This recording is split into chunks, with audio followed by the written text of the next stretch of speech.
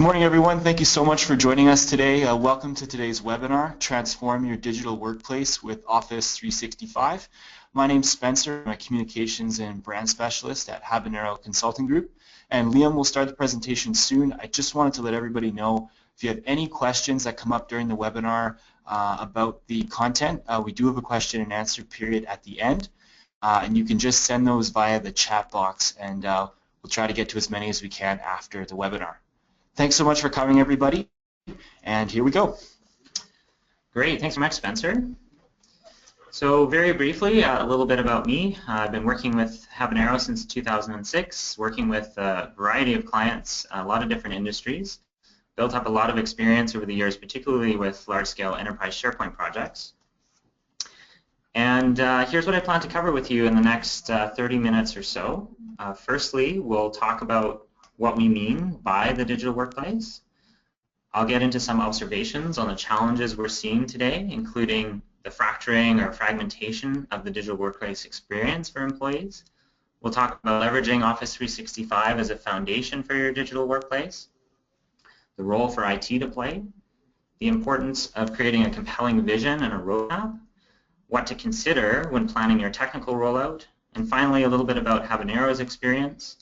And as Spencer said, we'll have some time for questions at the end, so please send them along using the chat window, and we'll try to get to as many of those as we can at the end. So let's start out. So what is this digital workplace term? Let's start there. Well, the term has actually been around for a while, but we're definitely seeing it being used more and more. We see organizations like Gartner, for example, changing the name of their annual portal and collaboration conference, Summit on Digital Workplaces. In some ways, the term refers to the evolution of the internet, but it's certainly a lot broader than that as well. Here's just a few definitions that I gathered. This one from Jane McConnell describes it as the digital workplace living at the intersection of people, organization, and tools. Here's a definition from Gartner describing it as the ongoing, deliberate approach to delivering a more consumer-like computing environment that is better able to facilitate innovative and flexible working practices. And here's one that I quite like because it's nice and simple. The digital workplace is the virtual digital equivalent of the physical workplace. So now the digital workplace, it's existed for quite a long time. So what does it look like in the past? Well, in the past it's really centered around the desktop. You were sitting at your desk in your office. Field workers weren't part of it. Even for information workers, the capabilities were limited when you weren't physically sitting at your desk. You had your email, your office suite, probably a SharePoint site for access to information and news and for sharing files, maybe a network share, and then standalone line of business applications for your job function. That was pretty much the extent of the digital workplace experience for an employee. It was completely centered around the desktop, these discrete systems, actually quite simple in many ways. When we fast forward to today, and it's not so simple. In a lot of cases, what we're actually seeing is an experience that's becoming very fragmented or fractured for employees. This is in part due to the proliferation that we see in cloud services. Capabilities that at one time could only be provisioned by enterprise IT are now readily available to users at home and at work.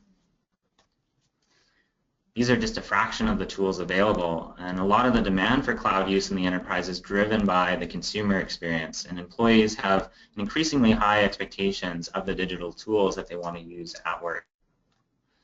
This has been leading to the rise of shadow IT, where cloud services are being purchased and consumed by business units, often leading to more of that kind of fractured or fragmented experience within the enterprise. Gartner reports that over 28% of IT spend today is occurring outside the IT department, and that's a growing trend. In many cases, IT is not even aware of how prevalent third-party services are within the organization. As one example, one large customer that I work with recently had an audit done that looked at their network traffic, and it found that there were actually over 200 cloud applications in use among their more than 5,000 employees, with the majority of those applications, IT not even being aware of them being used. So why are employees going this route and procuring cloud services on their own? The number one reason that we usually hear is that they're looking to get up and running much more quickly than IT has traditionally been able to provide. Sometimes there's a very specific capability that the person or group needs that's not currently offered by their enterprise systems. Or sometimes it's to circumvent restrictions like file size limits or sharing with external parties. And unfortunately, while procuring their own solutions might fill an immediate need for themselves or their team, it often works against the organization-wide objectives on things like collaboration, productivity, or driving innovation across different functional groups. Everyone is working with their own tools and within their own silos. Additionally, without a plan and some due diligence to select the right services, these users could actually be putting your organization at significant risk. As one common example of that risk, let's take a look at control of your data. So do you now have things like customer data or sensitive other proprietary data being stored in cloud services? And is that data stored in Canada? Probably not with most cloud services today, and is that an issue for your organization? Do you still own your data? This is a big one. What are the service providers' policies in terms of use when you hand that data over to them in the service? How is it used? Does the provider mine your data for information or use it for other purposes? Is your data encrypted? So how safe is it? Who else has access to it? What happens if the employee who uploaded it leaves your company? Can anybody else get access to it? What about staff at the service provider? What level of access do they have? Finally, can you perform e-discovery across your content repositories? Probably not in most cases today. So lots of potential risks. So IT's role is to support the technology of the digital workplace, and the CIO usually has responsibility for information security and technology risk. So what's been IT's kind of initial response to this trend? Well, typically that initial reaction is to lock things down, to block cloud services, prevent employees accessing them at work, perhaps institute policies, typically things that users don't typically read, and it's an attempt to kind of shift the blame away from IT if things go wrong. And so not surprisingly, I mean, this approach ultimately doesn't really work. Employees find ways to get around it. It certainly leads to dissatisfaction and a poor experience for employees. And eventually IT becomes less relevant in that context. So how do we avoid some of these potential problems? Well, I'll spend the next little bit here walking you through 4 recommendations that we have to transform your digital workplace in a way that helps you mitigate some of those risks, actually empowers your employees, and tries to avoid that fractured or fragmented experience that we see starting to develop. So the first one I want to talk about, let's talk about the role that Office 365 specifically can play. And while technology is only a piece of the digital workplace puzzle, it's critical to select something that will address the risk to the organization and has the capability to meet the needs of the business, either out of the box or by being extended with customization. And we believe that Microsoft does quite an exceptional job of this now with Office 365. As I'm sure you know, Office 365 contains a range of services covering everything from email to instant messaging, voice and video, collaboration, productivity tools, enterprise social, so a really comprehensive suite of tools. And it's important that the capabilities stay relevant to employees. Employees expect the latest and greatest features at all times. They're used to that now from their use of technology in their personal lives. And Microsoft really delivers on this with Office 365. They've got a published roadmap with features being released on a regular rolling schedule. And that approach provides continuous incremental improvement and means we can finally get away from the big disruptive upgrade cycles every 3 years or so. From a mobile perspective, it provides significant mobile support across devices. You don't have to be using a Windows Phone necessarily. It's really important to note that iOS now is truly a first-class citizen with Microsoft, which is a huge improvement from the past. I personally use an iPhone. I have to say that the Outlook app is quite outstanding with features like the focused inbox and quick filtering. And here's an example of this presentation deck stored in OneDrive for Business and open in PowerPoint on an iPhone. I can actually make some edits on the go. And a key part of the mobile story is the mobile device management functions that have been built into Office 365. These allow administrators to do things like remotely wipe Office 365 content from an employee's device if needed.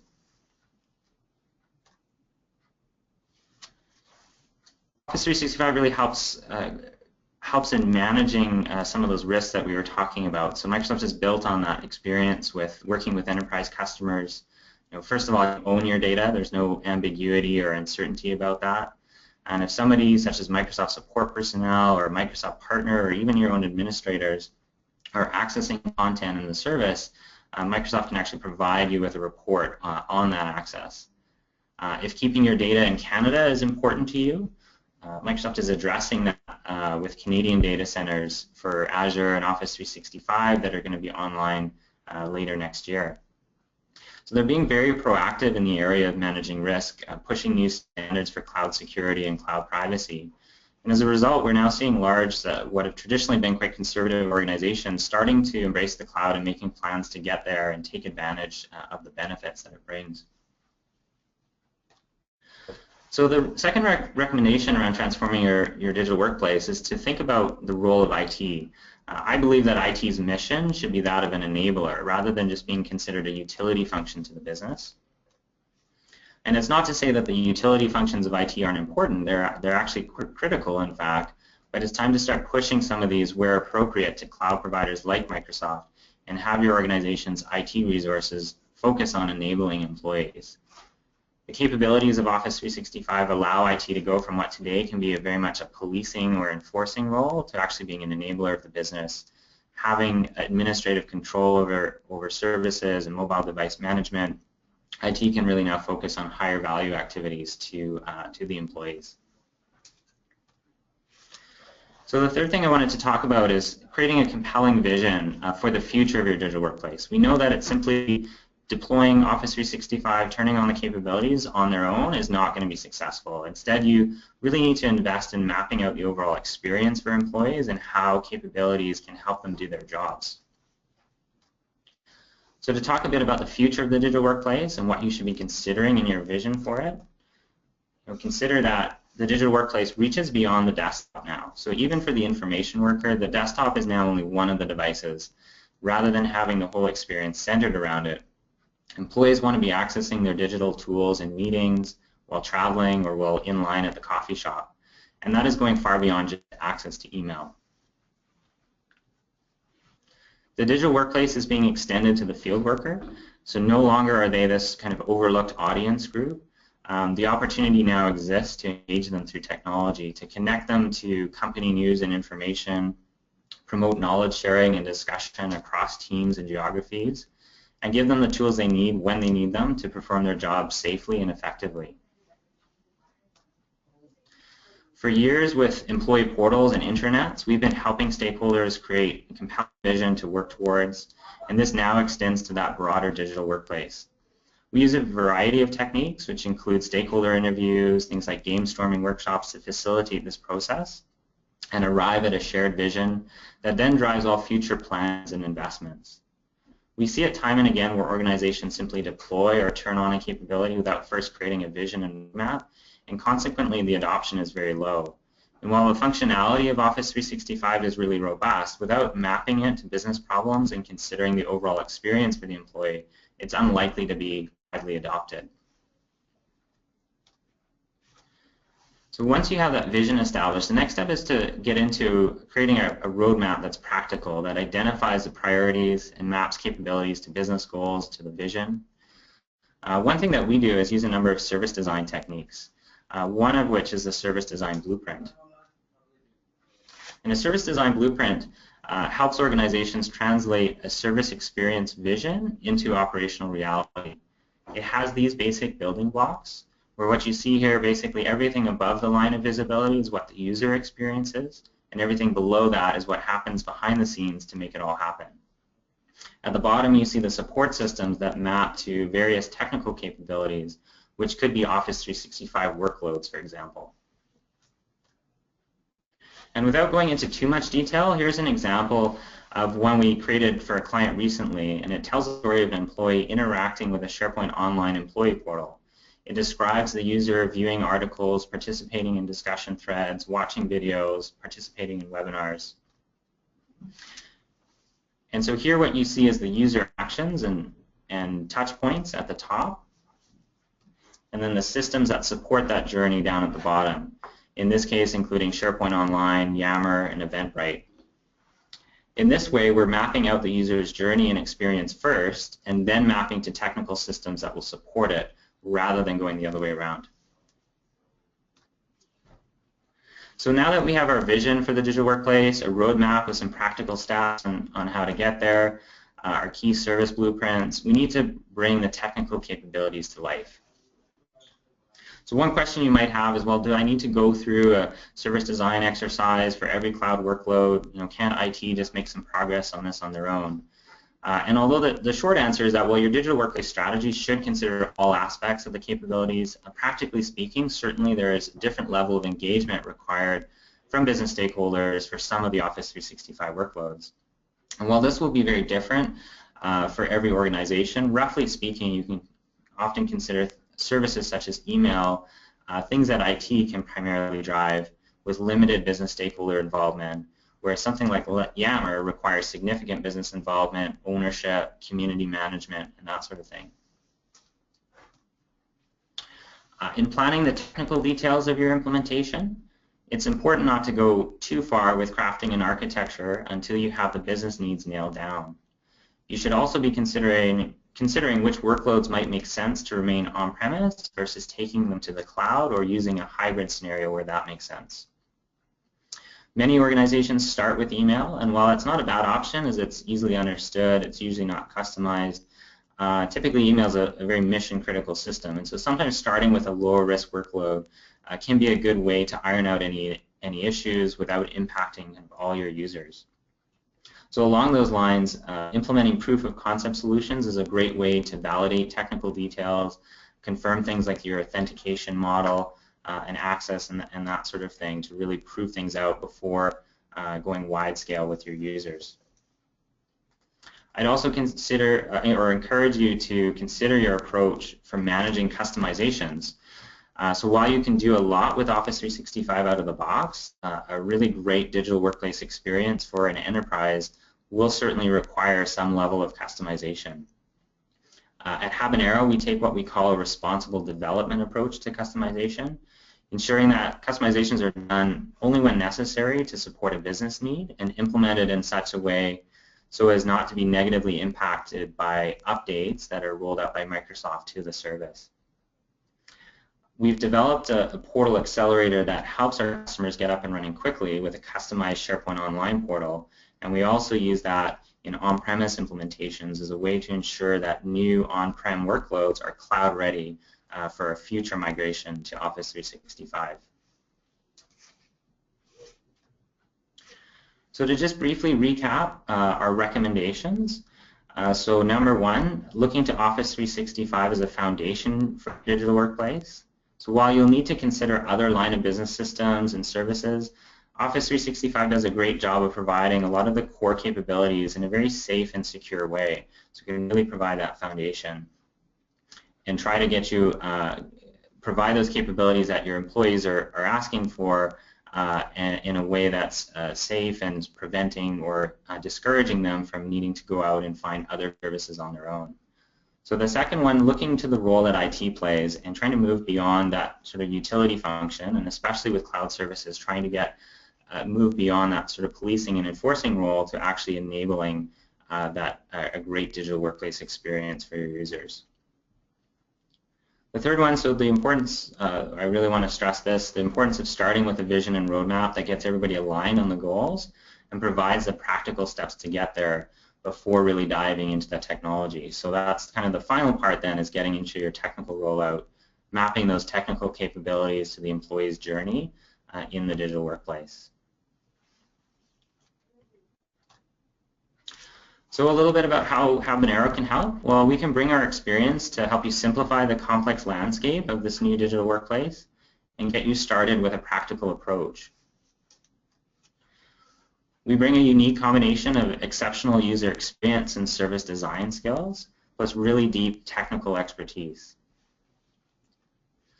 As the #1 medium-sized workplace in Canada this year, we know about what it takes to create a great employee experience. We're really passionate about helping people and organizations thrive, and we believe that technology has a really critical role to play in building a thriving workplace.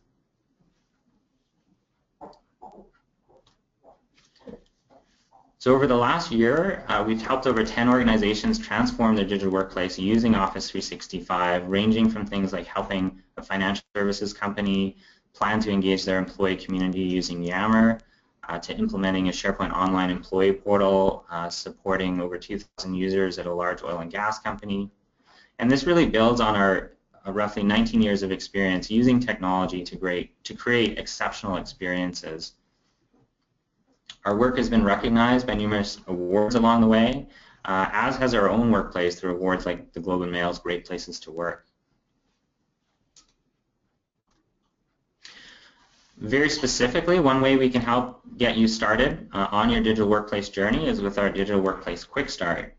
And during this one-week engagement, our UX lead and technical architect will conduct interviews with your key stakeholders, take you through an Art of the Possible session tailored to your organization that explores the future digital workplace and specific capabilities of Office 365. And they'll also facilitate some visioning workshops and guide you to a point where you have alignment on a vision, agreement on priorities, and how elements of the digital workplace can support your organization's goals. We'll leave you with a clear picture of how you can really get going on your digital workplace journey. And lastly, I just wanted to point out, in case you're not already aware of it, I wanted to highlight this funding offer from Microsoft right now. For eligible customers, they'll fund up to $60K depending on the number of seats of Office 365. And it's paid to qualifying partners like us towards services that help you plan and adopt Office 365 workloads. So quite a good offer to take advantage of as you get started on your digital workplace journey. So that really concludes what I wanted to kind of walk you through today at a pretty high level. We've had a few questions come in, so I'll take a few minutes to answer those. If you have any questions, definitely fire them in. And any that we can't get to or anything that comes up afterwards, please feel free to get in touch with me. My contact information is up on the screen there. So I'll just take a look at the questions we have here. So one question we have here is we've invested significantly in SharePoint on-premise infrastructure. Can a successful digital workplace strategy assume only partial use of cloud services?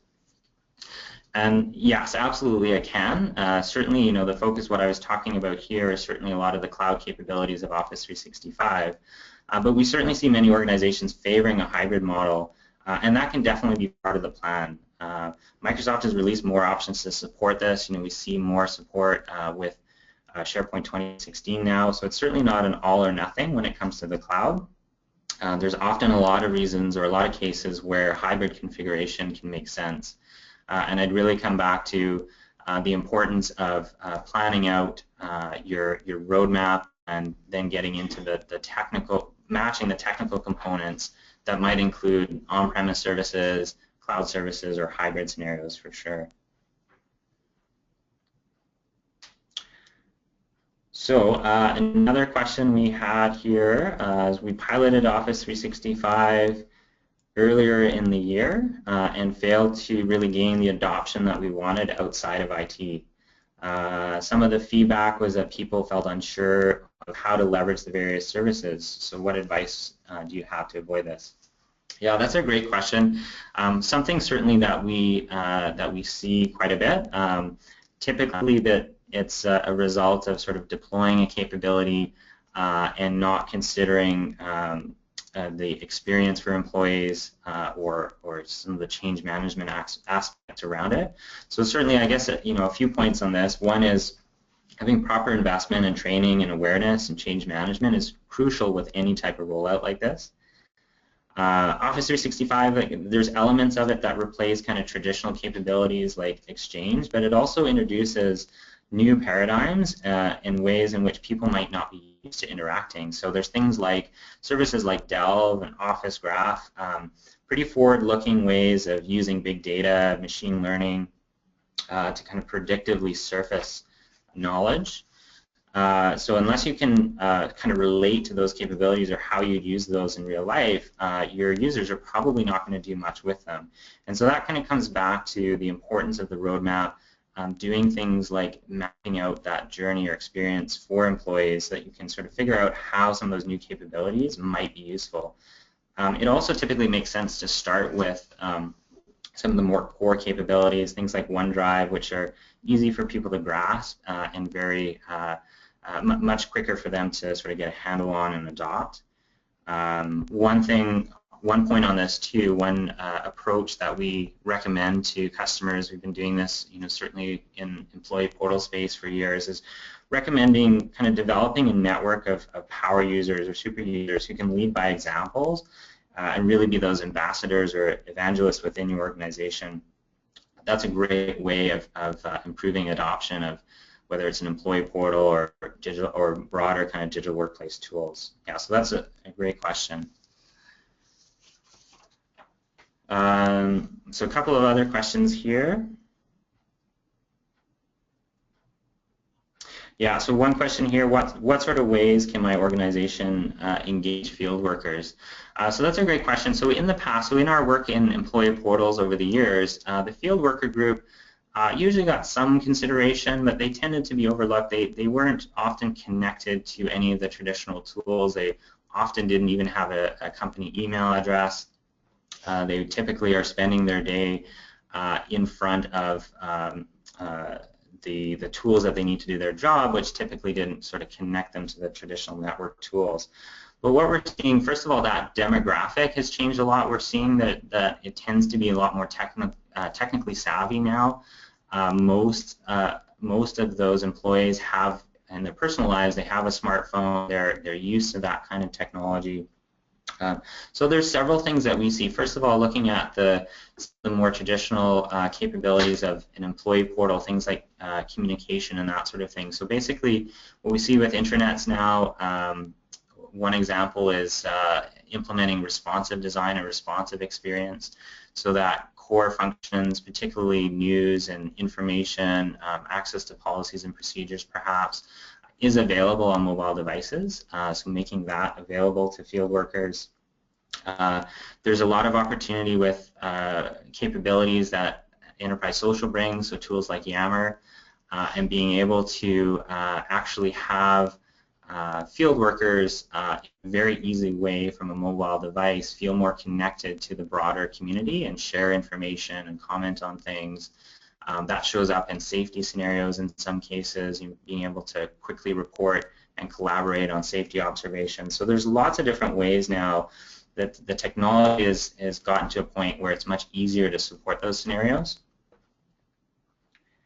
So a couple of other questions. Yeah, so you mentioned email is not always a great place to start. Any other places to start a move to the cloud? Yeah, and so the only reason I mention email is perhaps not the very first thing to move into the cloud is because of how mission critical it is. It touches everybody in your organization. So it's not to say, don't do that. A lot of organizations do because it is kind of well contained. But you definitely need to make sure you do your due diligence to make sure everything's working well. Some other things that we could see that are kind of less mission critical, for example, would be to take advantage of the Office 365 video portal. So maybe you have all on-premise infrastructure right now, but you're ready to start exploring cloud services. Doing something like that where you're incorporating video channels into your on-premise SharePoint portal, but leveraging the Office 365 video portal is one way to do that. And in the process of doing that, validating some of the technical pieces like how you're handling authentication, how it's working from inside your network, outside your network. So by doing that, you're kind of taking a more incremental approach and proving out some of these pieces.